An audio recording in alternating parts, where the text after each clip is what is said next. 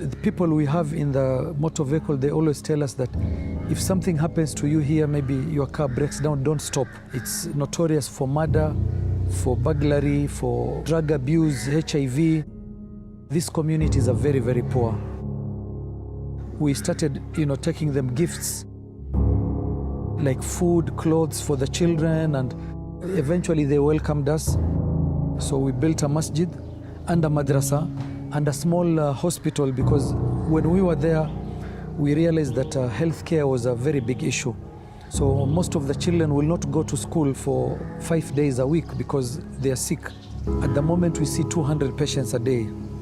The patients who used to come there, some of them were at a very advanced stage of HIV. They don't survive long, even with the drugs given. So when they die, the relatives bring the children to us. So after Salat al-Fajr, I see children being brought outside the gate. They convince us to take the children. We realized that we needed an orphanage, and we realized there are more girls than boys. I have a girl who is 10 years. She was defiled by 6 men. Quite heartbreaking, because most of them are her neighbors. It's people she knows. It's people she had trusted before. She had never been taken to school. She's an orphan. 1 month down the line after losing her mother, she gets defiled. Our society has a very big percentage of abused girls. Defilement is quite high. It's a society that we can say does not have the interest of the girl.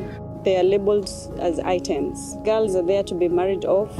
Girls are there to do the house chores, to go and bring firewood, to go and fetch water, and they're not meant to be anything in the society afterwards.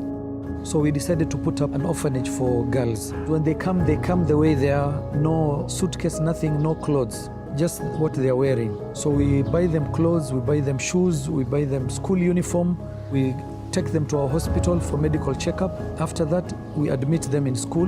We have challenges with the children that are brought as a result of abuse. At the moment, we have 4 pregnant girls who got pregnant as a result of rape. We keep on telling them it's not their fault and it's not the end of the world. We have an honest tree where we sit, and that is where we pour our hearts. We cry a lot. It's heartbreaking for me as a person. Sometimes the burden is not easy. We take it very personally. These girls don't have any other parents. We are the parents. We are the love that they're looking for. We love our girls, we love the orphans, we love the community. For us to help these orphans and give them a future, we decided we needed a school.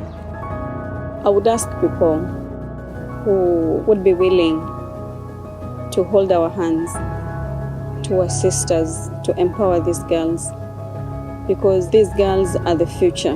We need to educate these girls. They need to change the society.